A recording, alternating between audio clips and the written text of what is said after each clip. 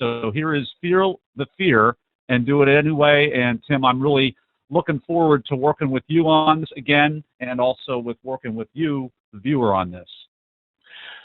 Nathan, this is going to be a great webinar. I'm really looking forward to it. When we start thinking about the book and we start reading the book, the first thing she starts talking about are situational fears, and the things that are around us most of the time that we don't really have much control over, like a rainy day, or a situation may come our way, so that something we can't deal with, somebody doesn't do what they need to do on time, or something else happens that we don't have any control over. That's one type of fear. And then we have other types of fears that are a little bit more coming from inside of us, where we talk about, when we think about things that we want to change about ourselves and the ways that we can start moving ahead with that. And these things require action on our part. A lot of these, as far as the things we're concerned here, Nathan and I are concerned with, are things about career, and we want to make changes in our lives. Those require action on our part, just like something like losing weight, or changing poor eating patterns to better eating patterns. The things, probably humankind's greatest fear is public speaking, and other things like just simply making mistakes. And if you tend to be really thorough in your work and you don't like making a lot of mistakes, sometimes we can be held back from doing something just by being afraid to make a mistake. I think this is true in a lot of situations, especially when we're new to something and we want to do something really well right up front. Sometimes the things that hold us back go deep into our past, and these are voices that we heard when we were kids. Somebody always telling us to be careful, or somebody always telling us to be cautious, or warning us about something, or something that casts a spirit of doubt in our minds, is something that can be a fear that really requires action for us to change so that we can move ahead. And so we really need to start rethinking those voices and asking ourselves some questions about those things. Are those things really true? Is there something in our minds that causes us to feel like we're going to be rejected if we do something? And is that keeping us from moving ahead? Success. A lot of people are afraid to be successful. A lot of people are afraid they're going to fail. And if you fail at doing something that you try, you're really just back where you started. You're not any worse for failing. And a lot of people fear criticism from others, and if they don't do well at something, they're afraid of being disapproved by others. So these are what we call inner states of mind that,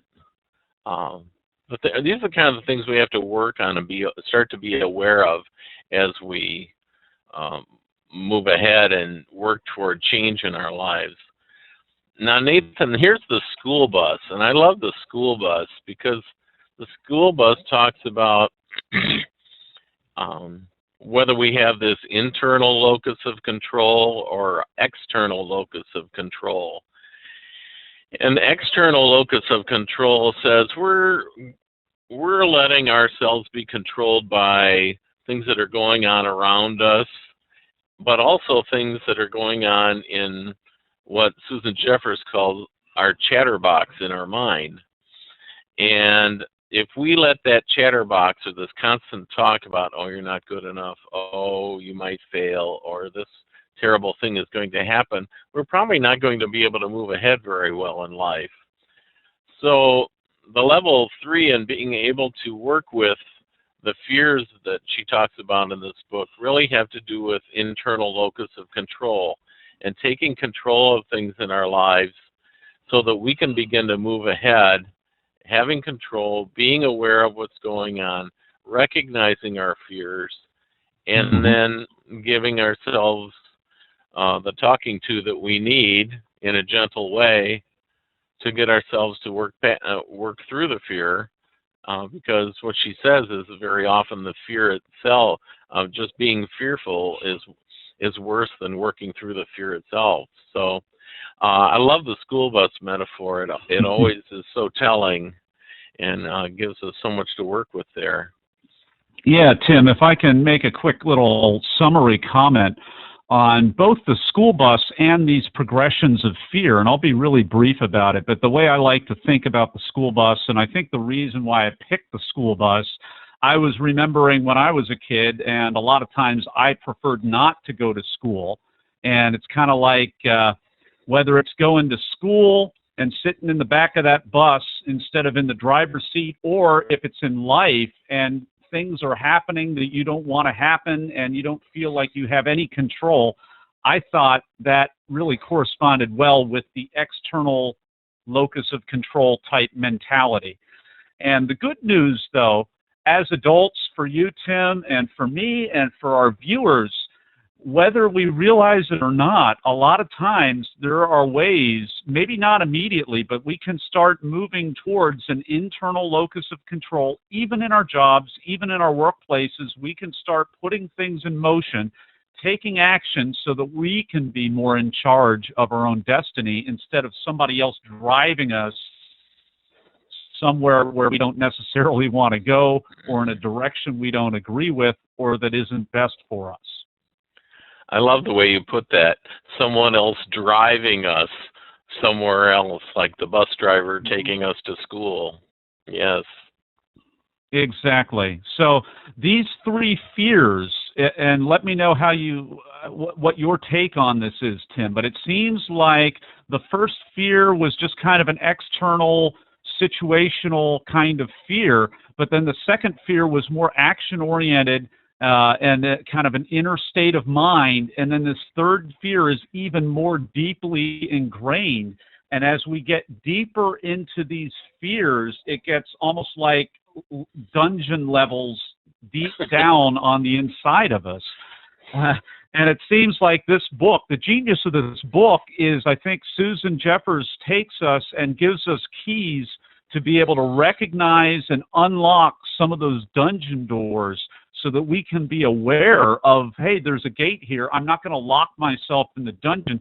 I'm going to try to take steps out of the dungeon. And I might fall down the steps, but I can get up, take a few more this time. And that's what I love about this book.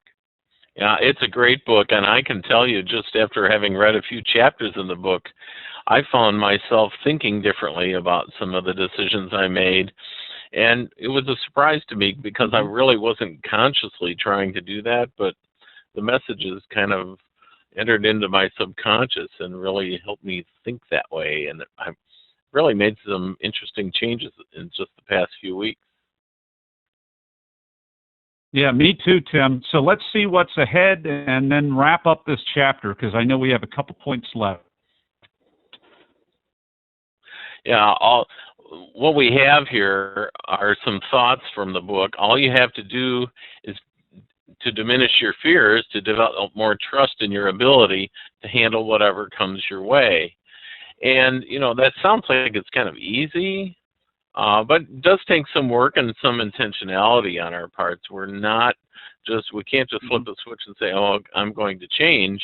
But we also have to realize that we have a lot more capabilities than we sometimes give ourselves credit for.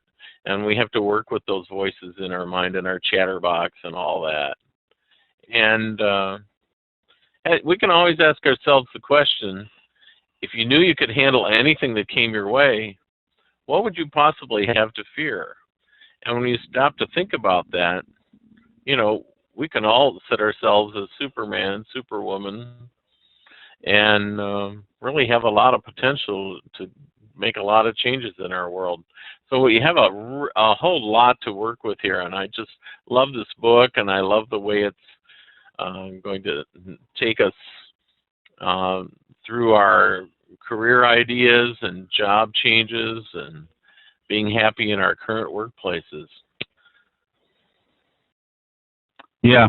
I know we've got a lot more great content to get through, so we'll see everybody in chapter number 2 coming right up.